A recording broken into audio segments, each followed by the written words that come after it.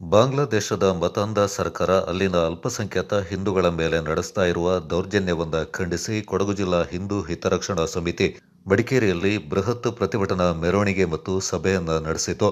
ನಗರದ ಶ್ರೀ ಚೌಡೇಶ್ವರಿ ದೇವಾಲಯದಲ್ಲಿ ವಿಶೇಷ ಪೂಜೆಯನ್ನ ಸಲ್ಲಿಸಿ ಬಳಿಕ ನಗರದ ಮುಖ್ಯ ಬೀದಿಗಳಲ್ಲಿ ಪ್ರತಿಭಟನಾ ಮೆರವಣಿಗೆ ನಡೆಸಿದ ಸಮಿತಿಯ ಪ್ರಮುಖರು ಹಾಗೂ ಹಿಂದೂ ಕಾರ್ಯಕರ್ತರು ಬಾಂಗ್ಲಾದಲ್ಲಿನ ಹಿಂದೂ ಸಮುದಾಯದ ಮೇಲಿನ ದೌರ್ಜನ್ಯಗಳ ತಡೆಗೆ ಕೇಂದ್ರ ಸರ್ಕಾರ ಅಗತ್ಯ ಕ್ರಮಗಳನ್ನು ಕೈಗೊಳ್ಳಬೇಕು ಮತ್ತು ವಿಶ್ವಸಂಸ್ಥೆ ಸಮಸ್ಯೆಯನ್ನು ಬಗೆಹರಿಸಲು ಪ್ರಮುಖ ಪಾತ್ರ ವಹಿಸಬೇಕೆಂದು ಒತ್ತಾಯಿಸಿದರು.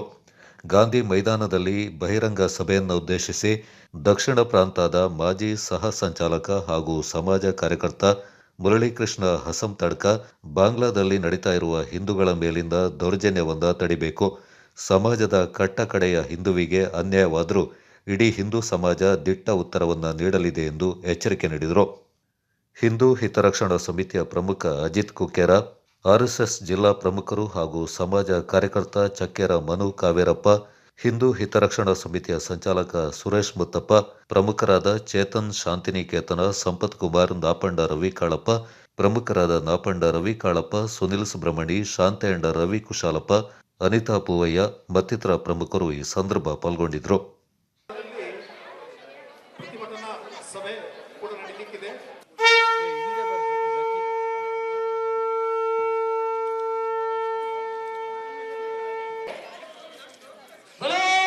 ಭಾರತ್ ಮಾತಾ ಕಿ ಜೈ, ಸನಾತನ ಹಿಂದೂ ಧರ್ಮ ಕಿ ಜೈ, ಗಂಗಾ ನಾವೆಲ್ಲ ಹಿಂದೂ, ನಾವೆಲ್ಲ ಒಂದು, ನಾವೆಲ್ಲ ಹಿಂದೂ.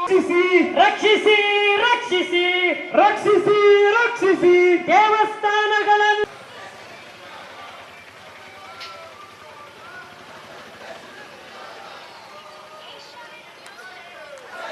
ರಕ್ಷಿಸಿ, ದೇವಸ್ಥಾನಗಳನ್ನು ರಕ್ಷಿಸಿ, ಹುಟ್ಟಡಗಲಿ ಹುಟ್ಟಡಗಲಿ ಹುಟ್ಟಡಗಲಿ ಹುಟ್ಟಡಗಲಿ ಮತಾಂಧ ನಿಮ್ಮ ಜೊತೆಗೆ ನಾವಿದ್ದೇವೆ.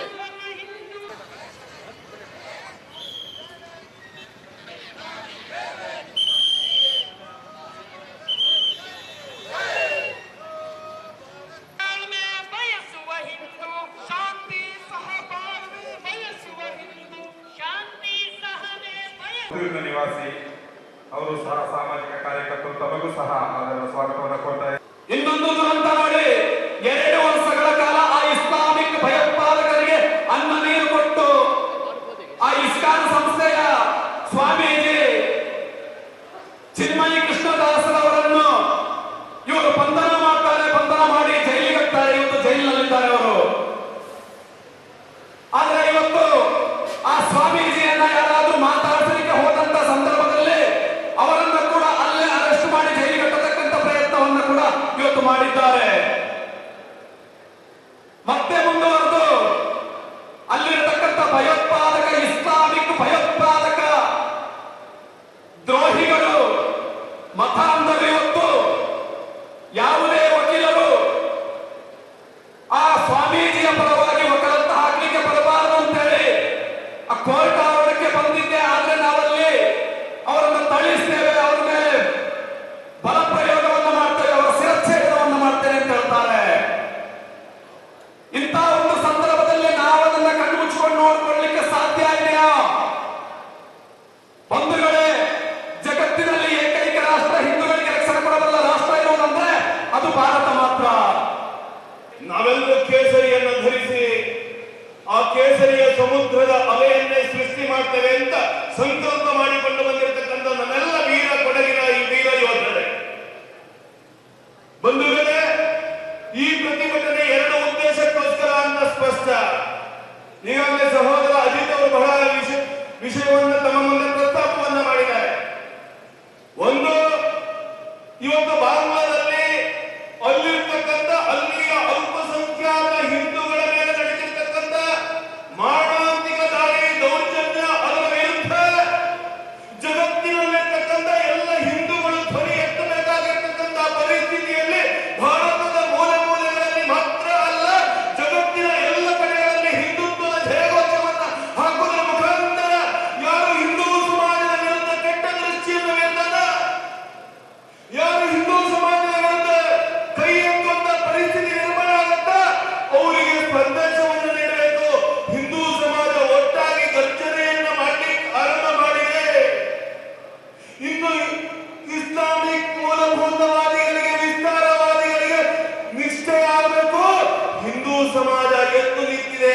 ಹೇಳಿದ್ರೆ ನಮ್ಮ ವಿನಾಶದ ಆರಂಭ ಆಗಿದೆ ಅಂತ ಹೇಳುವಂತ ಸಂದೇಶ ಮುಟ್ಟಬೇಕು ಹೇಳುವಂತ ಸಂಕಲ್ಪಕ್ಕೋಸ್ಕರ ಈ ಪ್ರತಿಭಟನೆ.